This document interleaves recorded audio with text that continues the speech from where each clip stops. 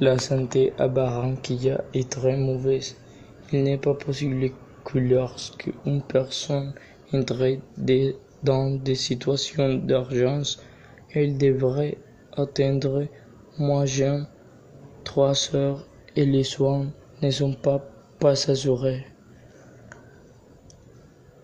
Il y en a beaucoup qui arrivent, mais malheureux, ils ne sont pas pris en charge, ainsi que ceux qui meurent tragiquement étant d'être traités dans la situation d'urgence. En ce qui me concerne, les moyens de transport au Barranquilla, ce n'est pas efficace. Le temps d'attente est ridicule. Le frais et la demande ne sont pas proportionnels.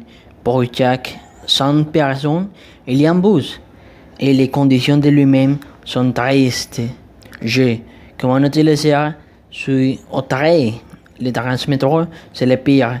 On attend 10 minutes de vous et quand le vous finalement arrivé, les personnes ne respectent pas le queue et poussent contre l'autre. Et je ne peux pas aborder parce que le but est plein. C'est vraiment injuste. J'espère que les personnes comprennent que notre situation n'améliorerait pas à cause de nous. Je ne partage pas les valeurs de civilité dont gens à Barranquilla. Je me demande si cette question fait partie de la culture de Barranquilla ou obéit au manque de sensibilisation dans notre ville. Les gens ne sentent pas la ville comme le propre.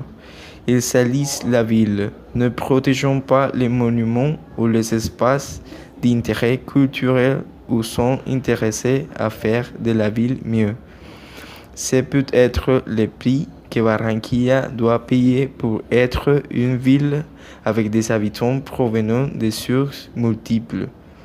Historiquement, la Barranquilla a été une ville avec un grand afflux de personnes d'autres régions du pays et du monde, comme l'exode des habitants du centre du pays, comme les Santanderes et Cundinamarca, et les citoyens du Liban et de la Turquie.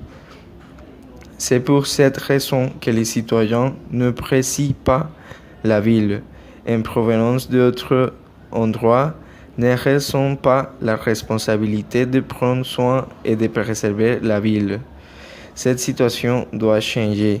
Il est nécessaire de créer des campagnes de sensibilisation dans les établissements d'enseignement de leur plus jeune âge.